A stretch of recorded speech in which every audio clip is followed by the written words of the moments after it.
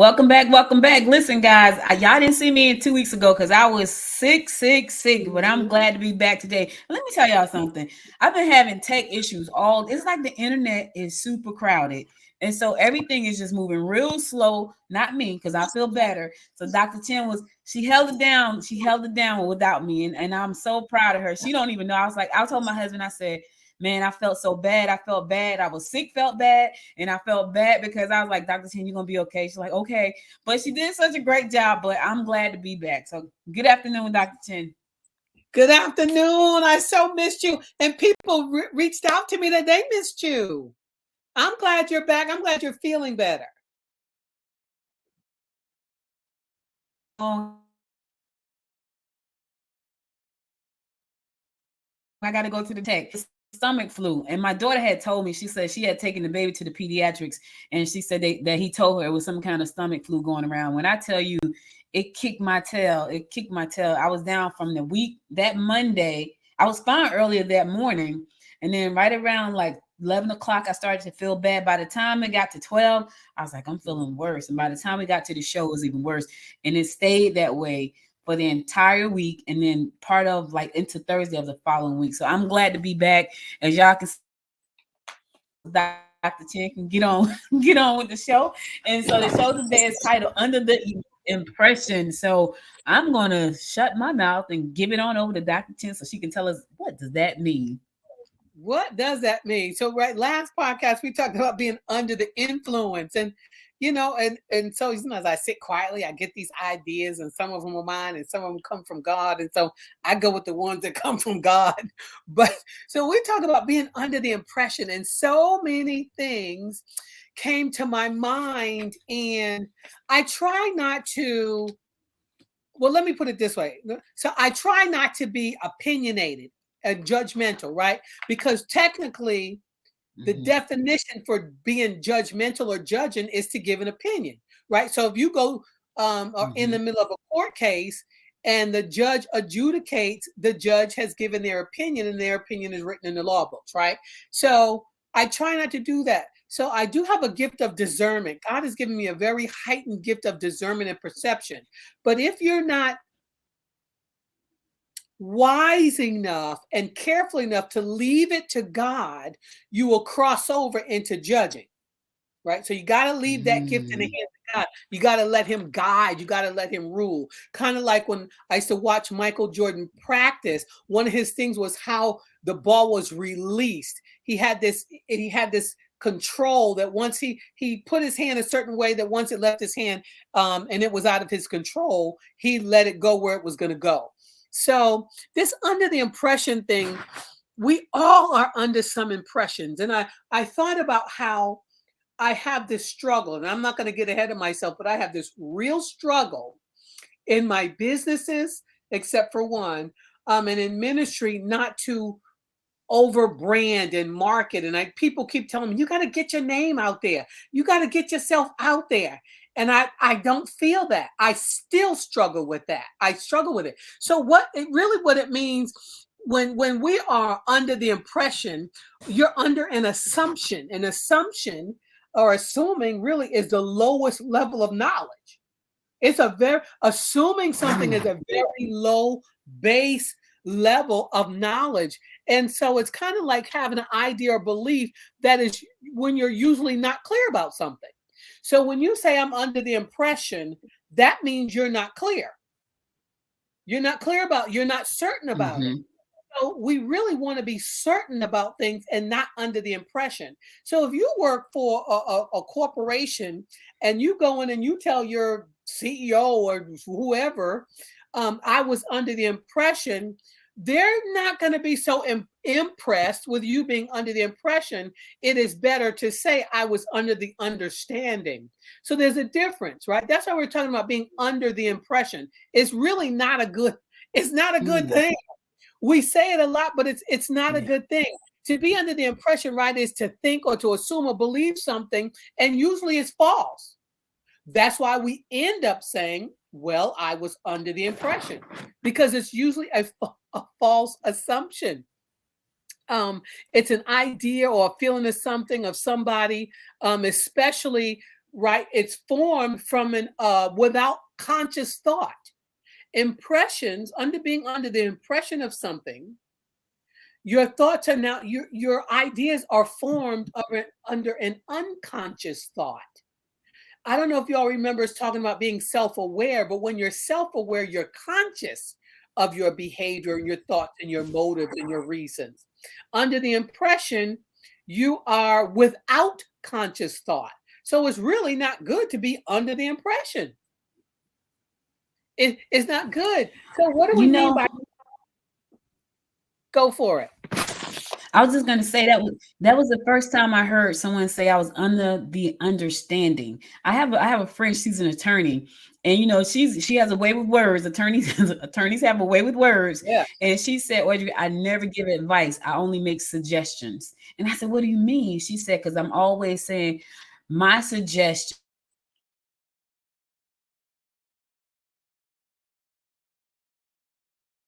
I would like to suggest. And I was like, okay. So she told me that, and I started doing it. I would say, listen, I would just like to suggest, which means you get to make the final decision with what you're saying. So I like what you just said.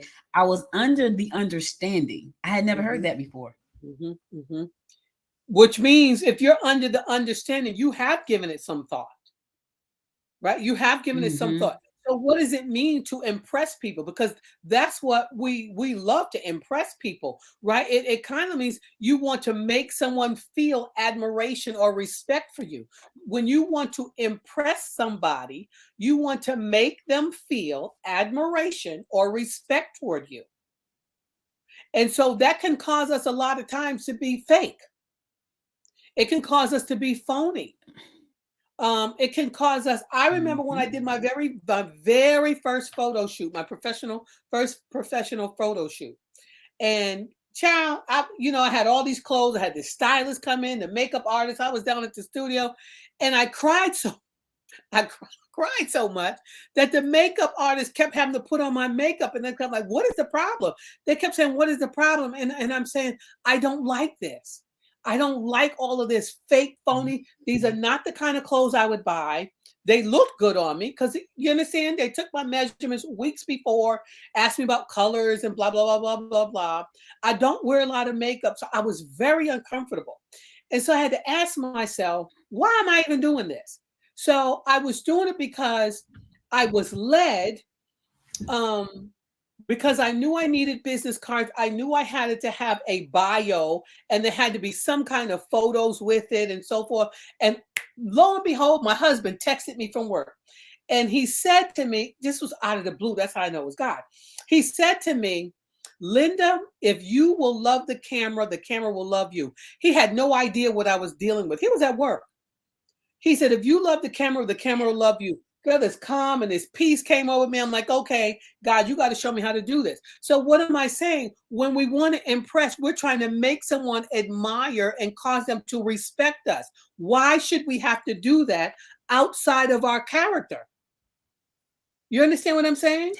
So people, because of all of these things, you're a little bit slow. So I don't want to cut you off because we're a little bit behind in the technology here. Oh, okay. It's weird because I told you, technology has been acting real crazy. I just wanted to say this. It's so funny you say that. I have a photo shoot scheduled for the 24th, right? And the photographer, she is a brand photographer. And she said to me, "What kind of clothes do you like to wear?" And I love jeans. I wear jeans every day. She's like, "Oh, well, that's nice, but you're gonna need something else." And I feel like you, like I'm not, like jeans is what I like to wear. So I'm like, well, yeah, I like jeans. She's like, "Well, we're gonna need like a power suit and all this other stuff." And I'm like, ugh, like as much as I should be looking forward to that, it's like not really looking forward to it. But I understand. I totally get it. Yes. So I mean, I don't really kind of know any other way to be. Seriously, is myself. And so think about it. When also what it means to make an impression, you think about a rubber stamp, right? Or an object being pressed into something, or an imprint, that's an impression. When you imprint upon somebody's heart, you've made an impression upon them, right? It's a mark or a seal or a design on an object or a person. And so when someone impresses something, when the Holy Spirit impresses something upon your heart, he is sealing something, he is imprinting something for you to go forth and to do that. So, I kept thinking about this whole under the impression, and we think about first impressions, and you only get one chance to make a first impression and all of that. And that's true. You do only get one chance to make a first impression and be your authentic self. At the same time, you can and should be your authentic self based on the situation and the circumstance, right? If you're going on a job interview, be your authentic self, but you're not going to be that authentic self as you are at a cookout. It's still you. It's still you. It's just that you don't have to be fake or phony. So when we talk about you only have one chance to make a first impression, people size you up between 7 seconds and 2 minutes. They size you up. They have formed their opinion of you. They have decided who you are and who you are not. They have decided whether or not they like you or not like you. You understand? So that's why first impressions are so important to people. But inevitably, the real you comes out. The real you comes out. And the powerful thing about first impressions is what they call the primacy effect. That's the powerful thing about first impressions. So what happens is, if you are in the midst or you're experiencing a sequence of events or moments with somebody, the first moment or the first event with them is what you're going to remember. That's what they call primacy effect. That's the first impression. So my first impression of you, because we were in the same meeting rooms several times before I reached out to you, correct? Correct. But you were yourself. You were your intelligent self. Yes. You were your clear self. You were your business-minded self. You were your no-nonsense self. And I kept thinking there is something about this that I need to connect with. But I just had to hear from the Lord. But the first impression. So I had a series of encounters with you, but it was the first one that had the most impact. That's what first impression is. That's primacy effect. Does that make sense? It does. It does. And so that's why people focus so hard on first impressions of somebody. When you show up, you show up in the this and the that and all of that, and the eyelashes and the nails and the polish and the hair and all of that. But are you still going to love me if you see me in the grocery store and I don't have on the eyelashes and then it's still me. I have this wonderful friend, and she pointed out something about me that to me meant really nothing, but she said it more than once. And she said, I can't believe it. I love the fact that you came out dancing in your driveway barefooted. That's who I am. I love to dance. I like to walk around barefoot. It was my 60th birthday, and a bunch of people during COVID and all of that came by, and I came out jamming. What? They were playing the music. I came out and I was just dancing in the driveway. I didn't know they were coming. It was a surprise. I had on what I had on. And so, but that impression was not her first impression of me. But because I was dancing barefoot in the driveway, it let her know that first impression of me was not all that is to me. Right? Right. Mm-hmm. And overall impressions, I've been taught, I've been ministered to. The only opinion that matters is your opinion of yourself and your opinion of God. Have you ever heard people say that? The only opinions that matter is your opinion of yourself and your opinion of God. And then the same people will turn around and ask you, what do you think about so-and-so and so?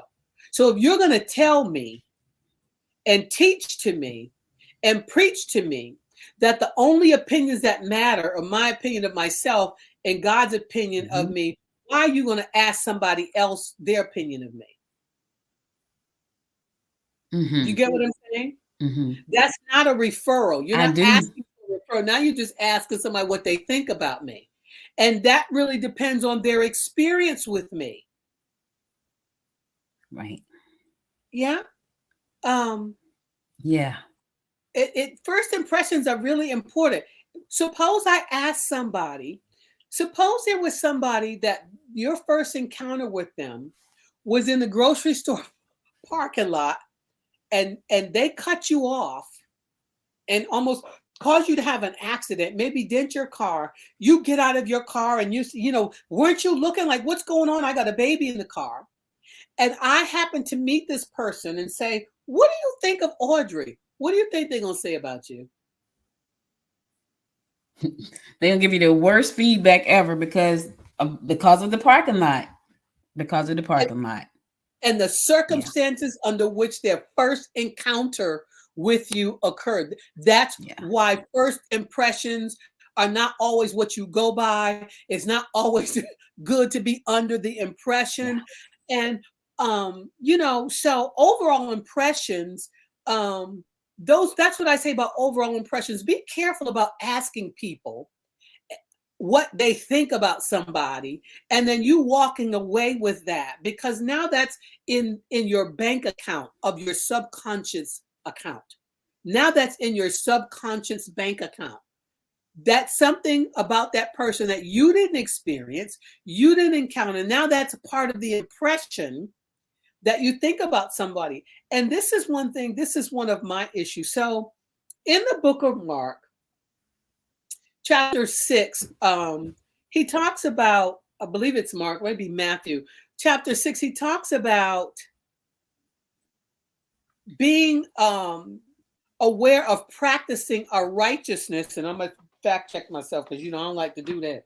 Being aware, and it's Matthew chapter 6, being aware of doing things in front of people, right? Praying. He's particularly talking about praying and giving and fasting. Be aware that you're not doing this to impress people. And that's one of my biggest struggles. That's one of my biggest concerns when I kind of look at my brothers and sisters and leaders and ministers in the gospel, when we're posting what we're doing on Facebook.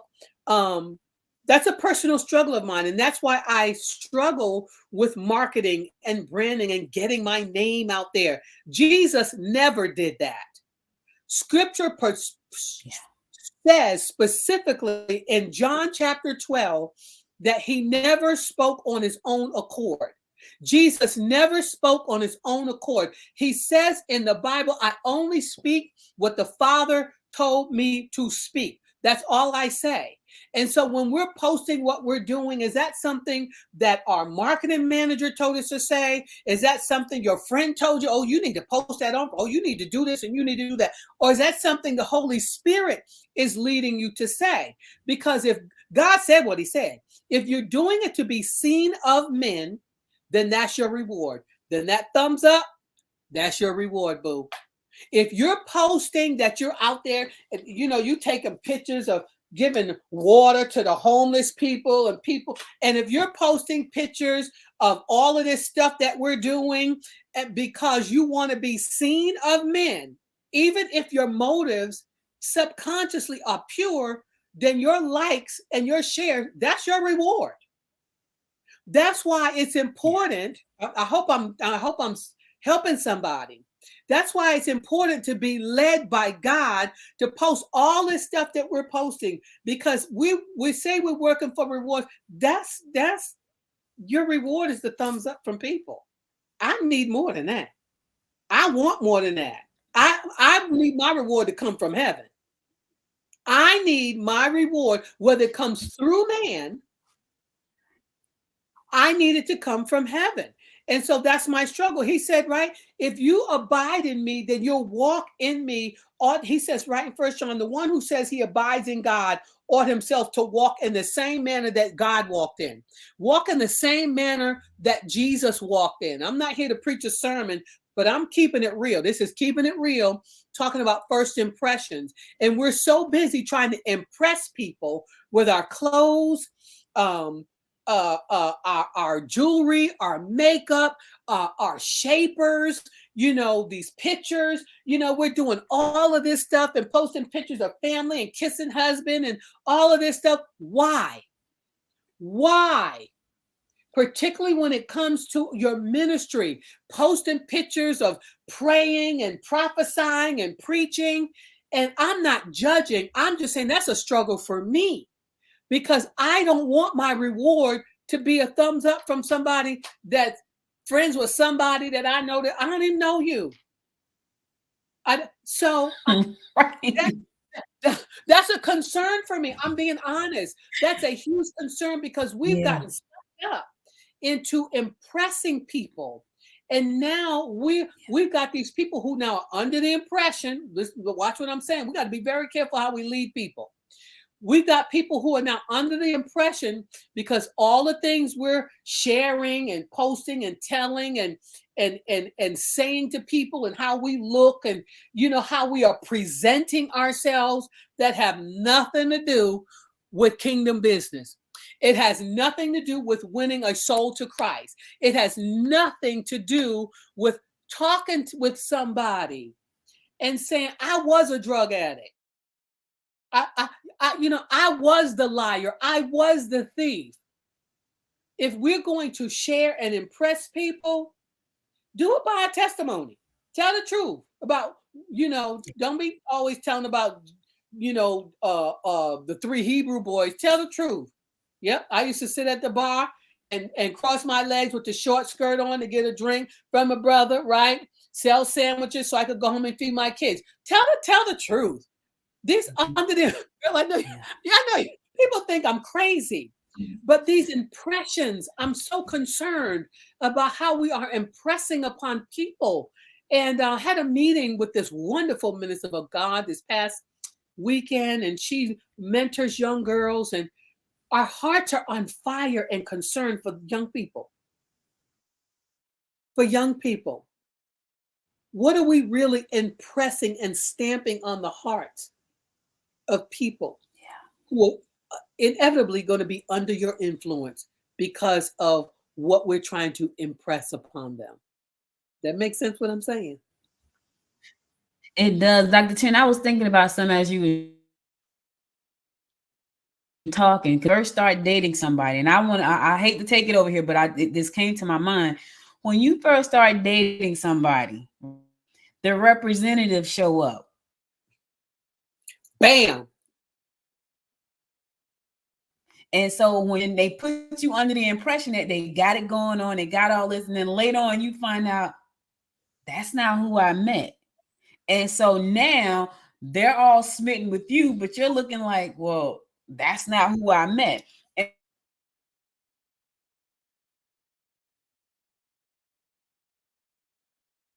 And so talk about, you want to make sure, and I'll tell dudes, look, do not try to go and take her to buy filet mignon when you know you can only afford a porterhouse over at Outback somewhere. Don't do that, because who you show up as is who she's intending to see later on. And I will always say that. So don't be this person, because I'm gonna be me. When my husband met me, I was like, bruh, you don't really want to talk to me. I am this. And he was like, I'm good with it. I'm like, you sure?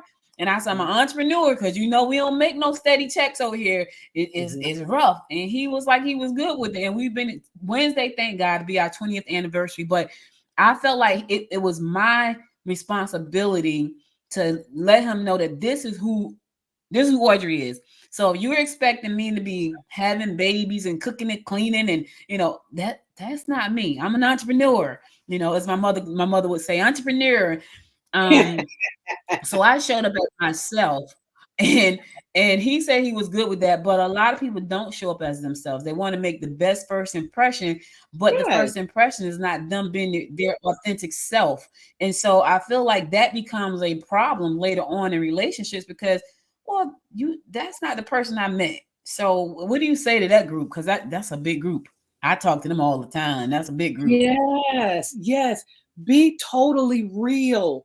Be totally real, because when you are trying so hard and go outside of your means, your financial means, when you start studying something, we'll talk about different facets, different ways, and different scenarios. If you're dating someone and you're meeting someone's parents for the first time, be who you are. Don't go rent a Maserati when you drive a Volkswagen Beetle, right? Don't show up, right, with your big diamond fake earrings when really all you have are some plastic pearls.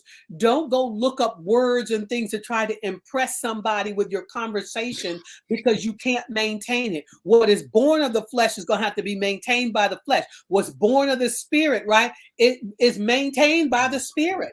And so when you know you're going to have to spend money, spend time that you don't have, do things that you don't do to maintain an image, right? These are controlled images, really what we're talking about. Then you know that you're doing the wrong thing. When it doesn't feel good down in your gut, you know that you're doing it just to impress. If you're doing something just for the sole reason to impress somebody, that's the wrong reason. Because what you want to do is you want them to accept you. Not what you look like, not what you're wearing, not the kind of purse, not the neighborhood. You want them to accept you. I know people who live in $1 million houses who are depressed, bipolar, on medication, big as a house and trying to lose weight, who have struggles. Yeah, but they look good. Their house, they live in these gated communities, and I want to live like them. I want to drive, but you don't know how jacked up they are. That impression that we give people, we would do better off. Help me, Jesus. We would do better off as believers to be authentic, right? And drawing people to the Christ I believe in than I am being fake and phony. Marriage is not always easy. No, I don't always have a smile on my face. No, I'm not always dressed up. You understand what I'm saying? Be honest. So when you're making a first impression upon somebody, be who you are. If you're going for a job interview, yes, do your research. Do your research so that you know. But this is the thing. Don't do the research to impress the interviewer. Do your research so that you know who it is you're going to be yoked up with when you go to work every day. What did I really get myself into?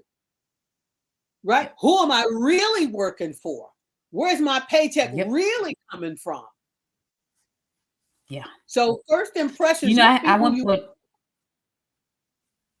You have to be who you are. I went for a job interview one time. One of my friends, so we were working at this hospital and we worked there for a long time. The hospital went bankrupt and she went to go work at a pharmaceutical company. And I think I went to work at Verizon, but I hated Verizon. And so when she went on maternity leave, I filled in at her job for her at the pharmaceutical company. So when she came back, she asked me, do you want to stay? And I was like, I wasn't really like, yeah, I want to stay. I was like, well, I need, I got my daughter. I need to check. So yeah, maybe I'll stay. So I went for the interview with her boss. And so in the interview, the lady said, where do you see yourself in 5 years? Do you see yourself being here in 5 years? And I was like, no. And she said, oh, okay. So where do you see yourself? I said, well, right now I'm just launching this new business. And so in 5 years, I see myself doing that. So when I told my friend, she said, well, why would you say that? I said, because it was the truth. I was like, I needed her to know that that's where I saw myself in 5 years. I did not see myself being for 5 years. I saw myself being there maybe 5 months, but definitely not 5 years because I didn't like the job in the first place. And I said to her, it was only fair that I let her know, because here's what I wouldn't want her to do would be to invest time into me. And I know I wasn't being there 5 years. Like, she's been there since 97 and she's still there. I didn't see that for myself. I did not see that for myself. And so she just could not understand why I would say that. I said, because it was the truth. Like, I did not see myself there 5 years. I couldn't see that. Like, I had worked there for, I went to work there while she went on maternity leave in June, and I worked in November. That was enough right then to let me know that 5 years wasn't going to be it for me. And the woman was like, well, okay, thank you very much. I was like, thank you for your time. But my friend, she could not understand why I said that. And I was like, yeah, I don't see that. I couldn't see that. And so that, that's really important. Like you said, just when you show up as your real self, because that way you don't have to try to go back and fix all that stuff. Because when you show up as the fake version of you, you gotta fix all that, because it's gonna come out eventually, the real you. It's coming out. And scripture tells us in 1 Samuel 16:7, where the Spirit told Samuel, don't look at his outer appearance, talking about David. Don't look, for God, the Lord does not see man as man sees. The Lord looks on the heart. So if you, Help me. So if this is something that we say we believe in and we want to be like Jesus, why are we trying to impress people so that they can like what we look like and not really see what's in our hearts? I want you to see what's in my heart. I need you. If we're going to partner together,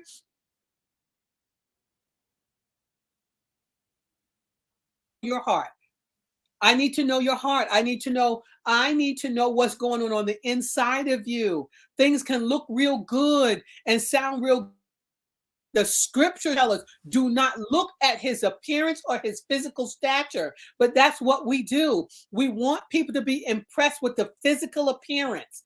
We want people to be impressed with the stature and the clothes. And if that's our motive, and if we're sharing and going out to speak things, and if we're being with people and trying to connect with the right people and making our righteousness be seen of men, then that's the reward we're going to get. I don't want a man's reward. I want a prophet's reward. I want a reward that comes from God. And so, this thing is to make first impressions. Let people know what's on your heart. If you're going on a job interview for Chick-fil-A or Burger King or BP Gas, and you've done your research, figure out where you fit in that place and how you can bring value to that thing, because that's really what's on your heart. This is where I can bring value to your organization. When people hear your heart, they look past the eyelashes, baby. When people hear your real heart, when you present your real heart, then people are looking past what you drove up in the parking lot. You understand what I'm saying? People look past that. And so if you want to make some real impressions on them, make eye contact with people, be on time, be a good communicator, communicate with people on your level and on their level, be the best, be empathetic. You want to make an impression on people, do more listening than you do talking. Don't try to control the conversation. If you want to make a first impression, a good impression, care about what people care about. Ask them about themselves. Ask them about what's on your heart. What do you really desire to do? And so even this video podcast, you know how you and I struggle with me doing this thing. But this was you already know. I try to hide. I'm always trying to hide. Like, Jesus, why can't I just make the programs and do all that stuff in the background? But that's not what he called me to. Yeah. Right? So, and this thing and being obedient, I'm not trying to impress a living soul. I'm simply trying to be obedient so that the outcome does what God would have it to do. That I don't post a whole lot unless I'm impressed upon my heart by the Spirit of the living God. I don't post a lot of pictures, but I do watch. I listen to people in social media. I learn a lot from people in social media, right? I really do. I study sometimes online. My concern, and I'm saying this from the bottom of my heart, my concern is that we as leaders and as believers in the Lord Jesus Christ are given the wrong impression. And that's why people don't want our Jesus, because we're fake. Uh-oh. We want to you about to cause a ruckus over there. Wait a minute. You about to cause a ruckus. You about to cause a ruckus. Let the chips fall where they may. Let the chips fall where they may. I know who I am. I know what I'm called to do, and it is what it is. Let us be authentic and not advertise our righteousness to be seen of men. That is scripture. Lest that be our reward.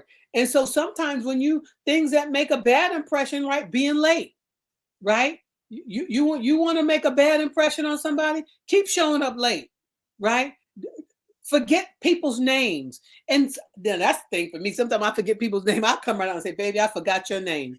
Help me, right? And right, help me to remember your name, right? Talking too much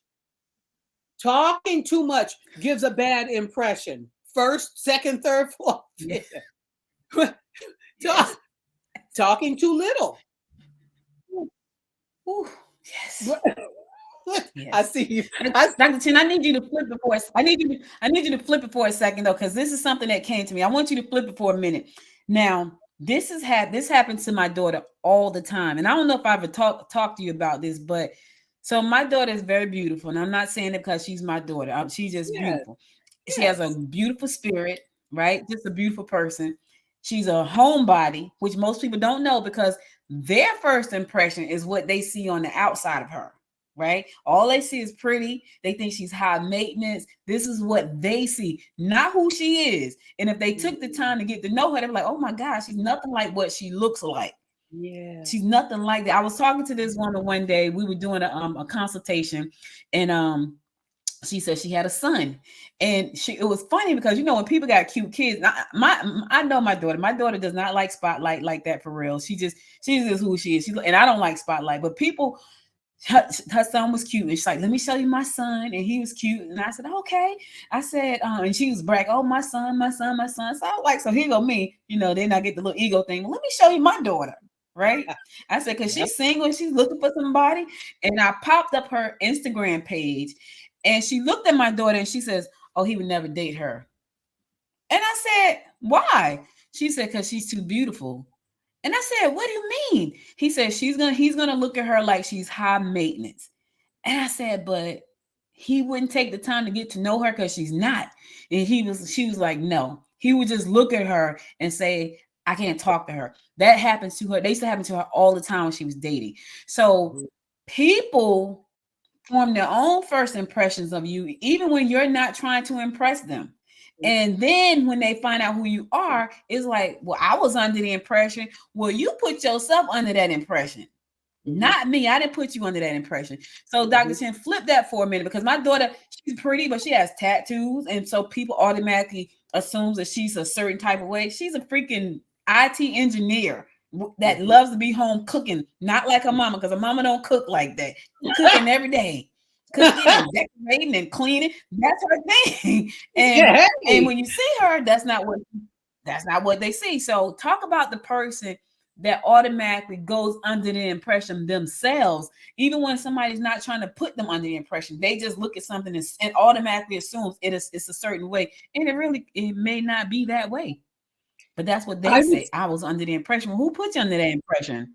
That's assumption. That's the lowest level of knowledge. That's like being a pigeon. Pigeons peck at the ground. They peck at the ground for their food.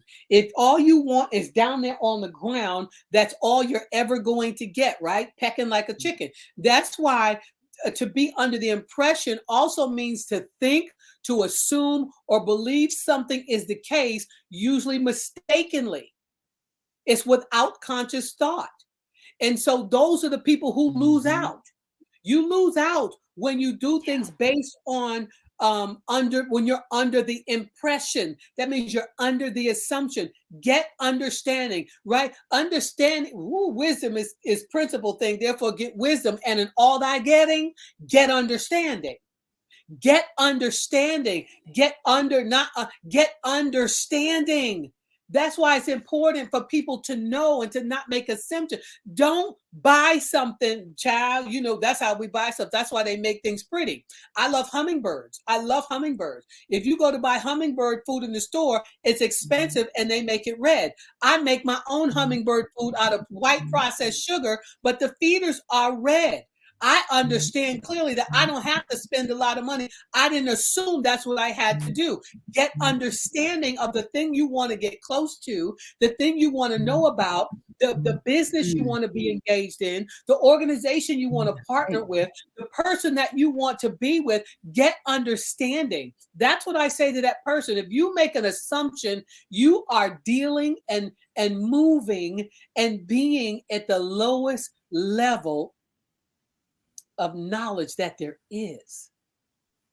You're dealing at the low. There is nothing lower than pecking at the ground under the assumption. So you can fix, right?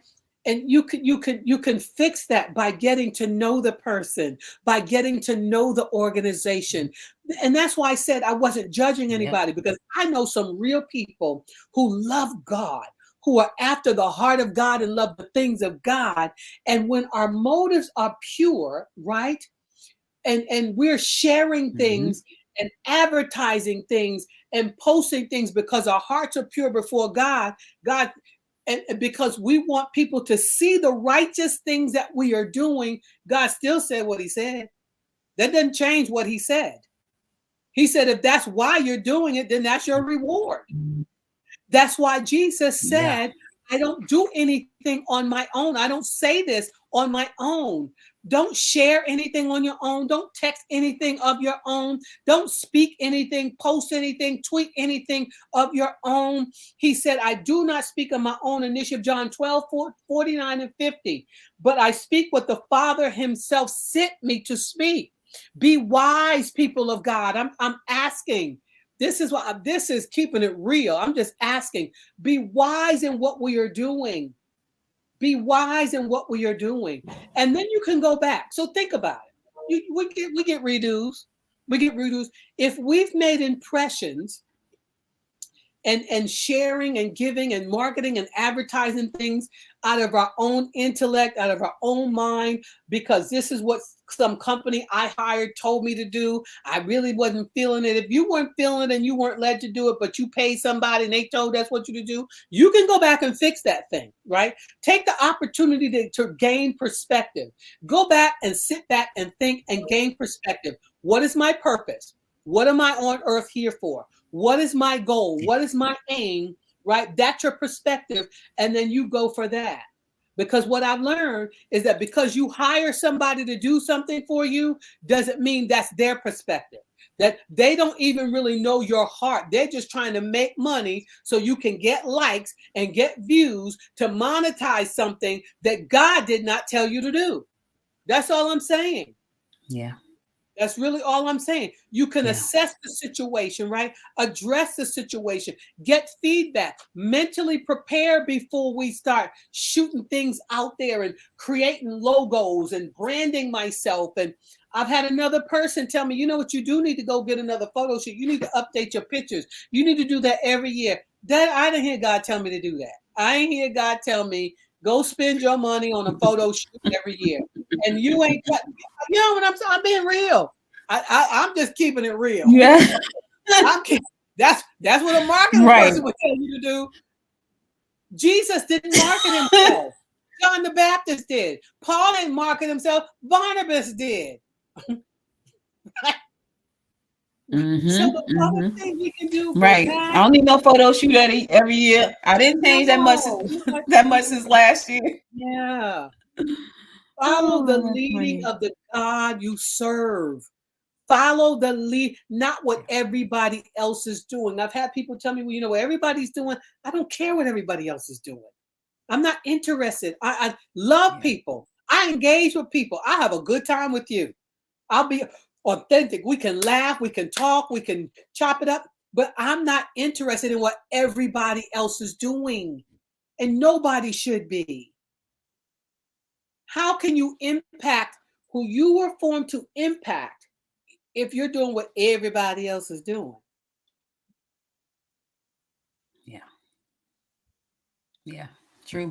That's not where your impact lies. True. Yeah, you can't be that powerful. Right. It's like a buckshot. Stuff going all over the place. Right? Just not a buckshot. Not a buckshot, though.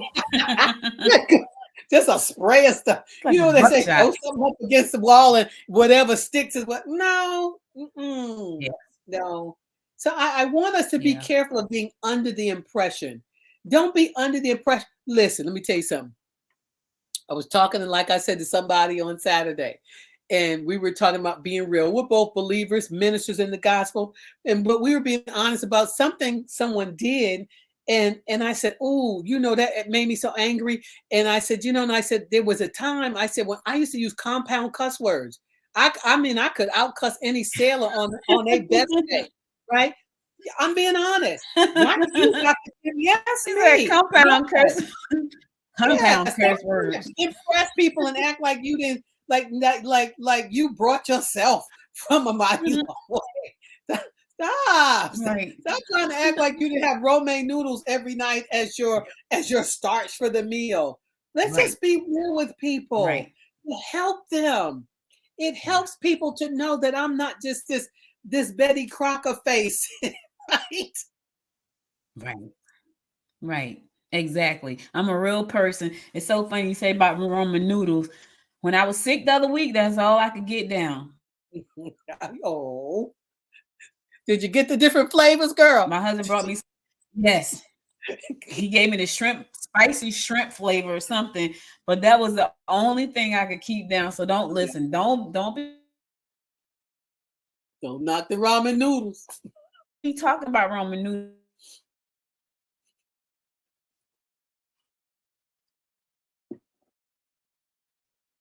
That's right. Because I felt like this one right here.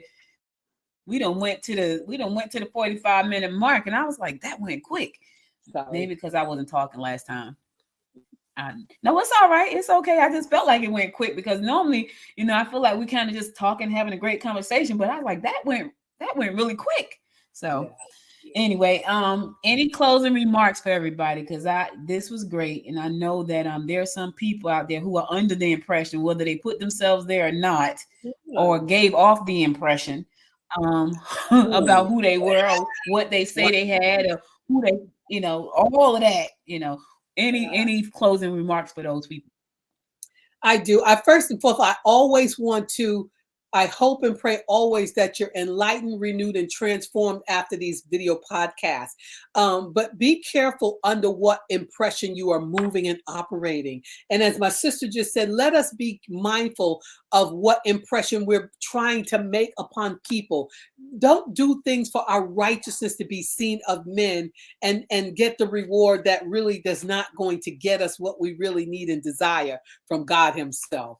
And come back next time. We got some more unders coming for you. We got some being under the things coming. Right. We want you to be. No, we don't want you to be under the impression. Listen, this one y'all know I feel better because I'm in rare form when I feel good. But all right, so listen, Dr. Chen, as always, this has been enlightening and very rewarding, and I just love it. I love it. I love it, and it's so funny because now I'm gonna be under the understanding. That's what I'll be under. I was under the understanding.